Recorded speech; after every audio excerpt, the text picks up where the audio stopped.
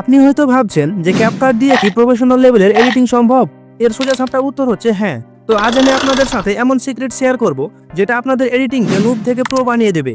আর আপনি ক্যাপকাট সম্পর্কে যতটুকু জানেন তার থেকেও কয়েক গুণ বেশি পাওয়ারফুল হচ্ছে এই ভিডিও এডিটর অ্যাপস। তো আজকের ভিডিওতে আমরা ক্যাপকাট ব্যবহার করে বানাবো text animation, keyframe, dynamic animation, 3D edit. আর অনেক এডিটর ক্যাপকাটকে ঠাট্টা করে কারণ এখানে 3D ক্যামেরা নাই, ল্যাগিং প্লাস প্রিমিয়ার ইস্যু ছাড়াও আরও অনেক প্রবলেম। তো সেগুলোর সমাধানও করবো আমাদের আজকের ভিডিওতে। সো চলুন বেশি বকবক না করে ডাইরেক্ট ভিডিওতে ল্যান্ড করি। সো প্রথমেই ক্যাপকাটে এসে এখানে মি অপশন থেকে বিজনেস ক্রিয়েটর মোড অপশনটা অন করে যে কোনো একটা জিমেইল দিয়ে লগ ইন করে নেবেন, তাহলে অর্ধেক সমস্যার সমাধান হয়ে যাবে। তো আমরা প্রথমেই ডাইনামিক একটা অ্যানিমেশন বানাবো। তো এর জন্য এমন একটা পিকের ব্যাকগ্রাউন্ড থেকে সাবজেক্টটা আমরা আলাদা করে নেব। এটা আপনারা রিমুভ বিজির মাধ্যমে করতে পারেন। এরপরে আমরা অরিজিনাল পিকটা আমাদের মেইন লেয়ারে অ্যাড করে টাইমলাইন কিছুটা বাড়িয়ে নেব। পরে ওভারলে হিসেবে আমাদের সাবজেক্ট অ্যাড করে স্ক্রিনের সাথে ফিট করে নেব। দেন টাইমলাইন অ্যাডজাস্ট করে নেব। তারপর আমরা এখানে ওভারলে হিসেবে ক্যাপকাট ও ইনশটের পিএনজি অ্যাড করে এদের সাইজ ছোট করে নেব। আপনারা অন্য কিছু অ্যাড করতে পারেন। এরপরে সবগুলো টাইমলাইন অ্যাডজাস্ট করে নেব।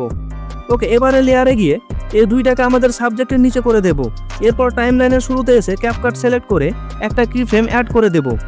তারপর 1 সেকেন্ড পর আরেকটা কি ফ্রেম অ্যাড করে ক্যাপকাটের পিএনজিটাকে স্লাইড করে বাইরে নিয়ে আসব। এবারে দুইটা কি ফ্রেমের মাঝখানে একটা গ্রাফ অ্যাড করে দেব। তারপরে মাঝখানে 1 সেকেন্ডের গ্যাপ দিয়ে সেম ভাবে ইনশটের লোগোটাকেও আমরা অ্যানিমেট করব। আমি যেভাবে করছি আপনারাও সেভাবে করবেন।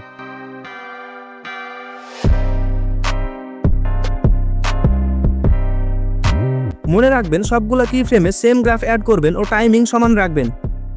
তবে আমার লো ডিভাইস ফোন ল্যাগ করছে, জানি না কতটা অ্যাকুরেট ভাবে করতে পারবো। ওকে, এবারে আমরা এটাকে এক্সপোর্ট করে নেব। তারপরে আবার নিউ প্রজেক্ট নিয়ে এক্সপোর্ট করা ভিডিওটা এখানে ইম্পোর্ট করে নেব। এবারে টাইমলাইনের শুরুতে একটা কি ফ্রেম আর 1 সেকেন্ড পর দ্বিতীয় কি ফ্রেম অ্যাড করে স্ক্রিনে ভাবে জুম করে ক্যাপকাটের কাছে নিয়ে যাব। কি ফ্রেমের মাঝখানে সেম গ্রাফ অ্যাড করে দেব। এখানে 1 সেকেন্ড পর আরেকটা কি ফ্রেম অ্যাড করব। চতুর্থ সেকেন্ডে আরেকটা কি ফ্রেম অ্যাড করে ইনশটের লোগো রিভিল হয়ে যেখানে থামছে স্ক্রিনটা সেখানে নিয়ে যাব। তারপর আবার 1 সেকেন্ড পর পর দুইটা কি ফ্রেম অ্যাড করে শেষের কি ফ্রেমে আবার স্ক্রিন জুম আউট করে নর্মাল করে দেব। ব্যাস, আমাদের অ্যানিমেশন রেডি।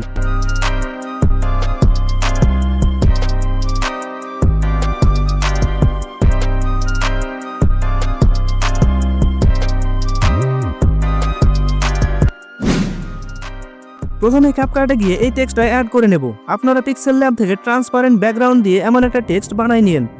তারপর প্রথমে টেক্সট লেয়ারটি সিলেক্ট করে চলে যাব মাস্কিংয়ে। দেন এখান থেকে হরিজন্টাল মাস্ক সিলেক্ট করে প্রথমে শুরুতে একটা কি ফ্রেম অ্যাড করে দেব। তারপর মাস্কটাকে -90 ডিগ্রি রোটেট করব। তারপর এটাকে লেফট সাইডে ড্র্যাগ করে নিয়ে যাব।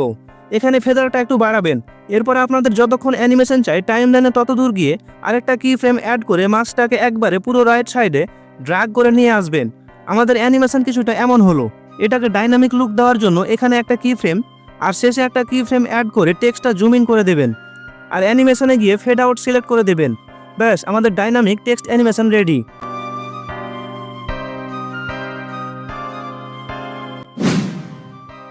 এখানে প্রথমে আপনাদের স্ক্রিন রেকর্ডিং ওভারলে হিসেবে অ্যাড করে নেবেন। এখানে ভিডিও ইফেক্টে এসে সার্চ করবেন প্লেয়ার 3, দেন এটা সিলেক্ট করে দেবেন। তারপর এখানে অবজেক্ট থেকে ওয়াল ভিডিও সিলেক্ট করে দেবেন। পরে এটা টাইমলাইন অ্যাডজাস্ট করে নেবেন। তারপর শুরুতে একটা কি ফ্রেম অ্যাড করে টাইমলাইনের শেষে গিয়ে আরেকটা কি ফ্রেম অ্যাড করে এখান থেকে টেক্সচার আর গ্লো 0 করে সেম ভাবে শুরুর কি ফ্রেমেও করব।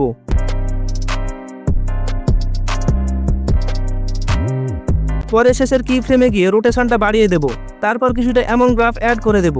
আমি যেমন করছি আপনারাও তেমন করতে পারেন।